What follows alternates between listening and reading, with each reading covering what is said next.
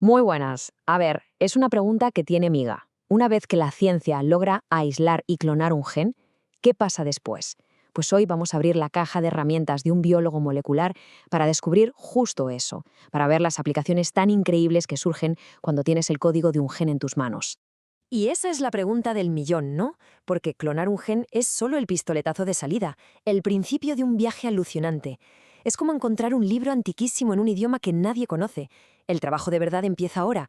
Hay que descifrarlo, entender qué cuenta y, sobre todo, descubrir cómo usar ese conocimiento.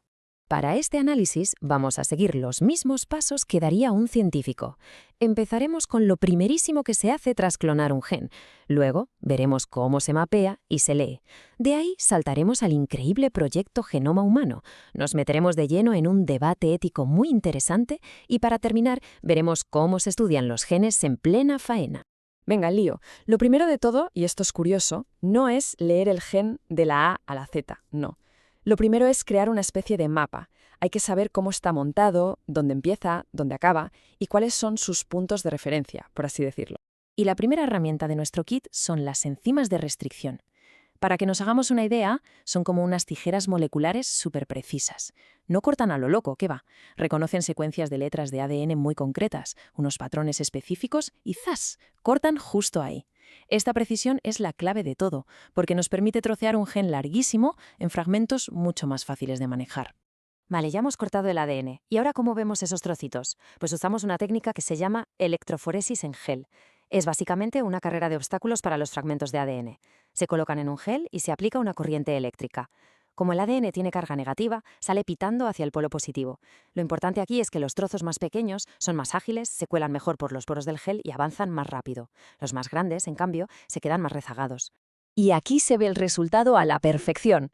Se tiñe el gel con un colorante que brilla con luz ultravioleta y los fragmentos de ADN aparecen como bandas.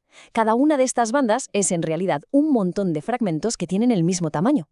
Esto nos da un patrón único, como una huella dactilar del gen, que nos permite empezar a construir ese mapa que buscábamos. Bueno, ya sabemos cortar y ver los trozos. El siguiente paso es mucho más ambicioso.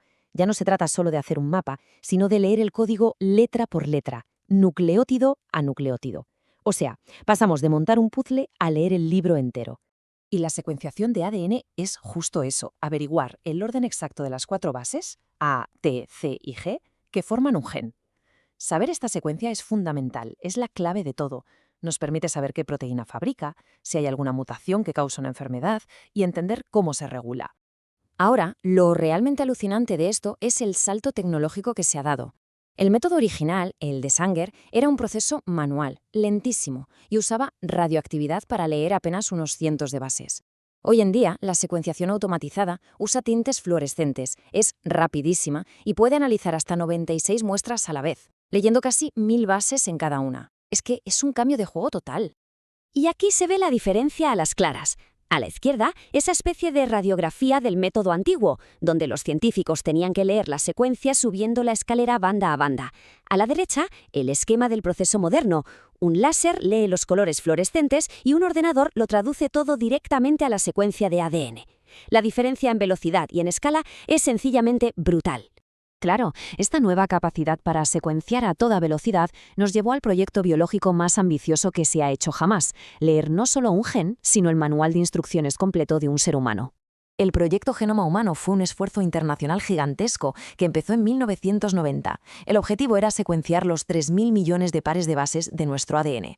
Y lo curioso es que se acabó antes de tiempo, en parte por una carrera con una empresa privada, Celera Genomics, que metió prisa y aceleró el ritmo de la investigación pública. Y aquí llegó una de las mayores sorpresas del proyecto. Al principio se pensaba que los humanos tendríamos unos 100.000 genes que fabrican proteínas. Pues no, el resultado final fue mucho más modesto, entre 20.000 y 25.000. Esto nos enseñó que la complejidad de un ser vivo no está solo en cuántos genes tiene, sino en cómo los usa y los regula. Con la capacidad de leer y aislar genes humanos, de repente, surgió una pregunta ética y legal de las gordas. Si podemos identificar una secuencia de ADN, ¿podemos decir que es nuestra? ¿Podemos patentarla? Esta imagen lo clava, captura el dilema a la perfección. La idea de patentar trozos del genoma humano generó una polémica tremenda. A ver, ¿un gen es un descubrimiento de la naturaleza, algo que debería ser de todos, o es una invención que merece ser protegida comercialmente? Y los argumentos eran complicados, claro. Por un lado estaban los que decían que las patentes dan un incentivo económico, que animan a las empresas a invertir millonadas en investigar y desarrollar nuevos medicamentos. Pero por otro, muchísimos científicos decían que patentar genes iba en contra del espíritu de la ciencia, de compartirlo todo, que podía crear monopolios que encarecieran los tratamientos y que al final se estaba recompensando un descubrimiento, no una invención. Y esta es la pregunta que sigue ahí, en el aire. Es una cuestión que va mucho más allá de la ciencia, que toca la fibra de lo que significa ser humano y de cómo gestionamos, como sociedad, el conocimiento sobre nosotros mismos. Bueno, dejando a un lado el debate, volvamos al laboratorio. Ahora que podemos leer un gen, ¿cómo sabemos qué hace?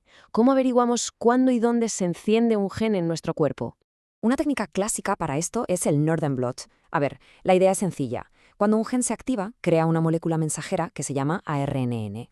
Esta molécula lleva las instrucciones para fabricar una proteína. Pues el Northern Blot lo que hace es medir justo la cantidad de ese ARNN. Si en un tejido hay mucho ARN de un gen, significa que ese gen está ahí a tope, trabajando a destajo. Mirad, aquí se ve un ejemplo real. Cada carril es un tejido distinto. La banda oscura nos chiva dónde está el ARNM del gen que nos interesa. Y fijaos bien, en los carriles 3 y 4 la banda es muchísimo más intensa. ¿Qué nos dice eso? Pues que en esos dos tejidos el gen está mucho más activo que en los dos primeros. El Northern Blot está genial para estudiar un gen, pero ¿y si quisiéramos tener una foto completa del asunto?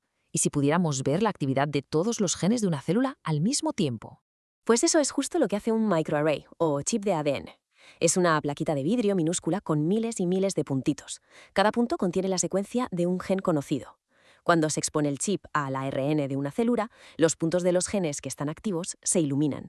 Es como sacar una foto instantánea de la actividad de todo el genoma a la vez. Y ahora pasamos de solo observar a intervenir. La interferencia por ARN o ARI es una de las herramientas más potentes que existen. Es un mecanismo natural que usan las propias células para regular sus genes. Y los científicos, con Melo y Fire a la cabeza, que por cierto ganaron un Nobel por esto, aprendieron a usarlo para apagar un gen concreto cuando quieran. Esto nos permite estudiar para qué sirve un gen, viendo qué es lo que pasa cuando los silenciamos. Así que aquí estamos. El viaje nos ha llevado desde clonar un solo gen a poder leer, mapear y analizar la expresión del genoma entero e incluso a silenciar genes a voluntad. Las herramientas son increíblemente poderosas.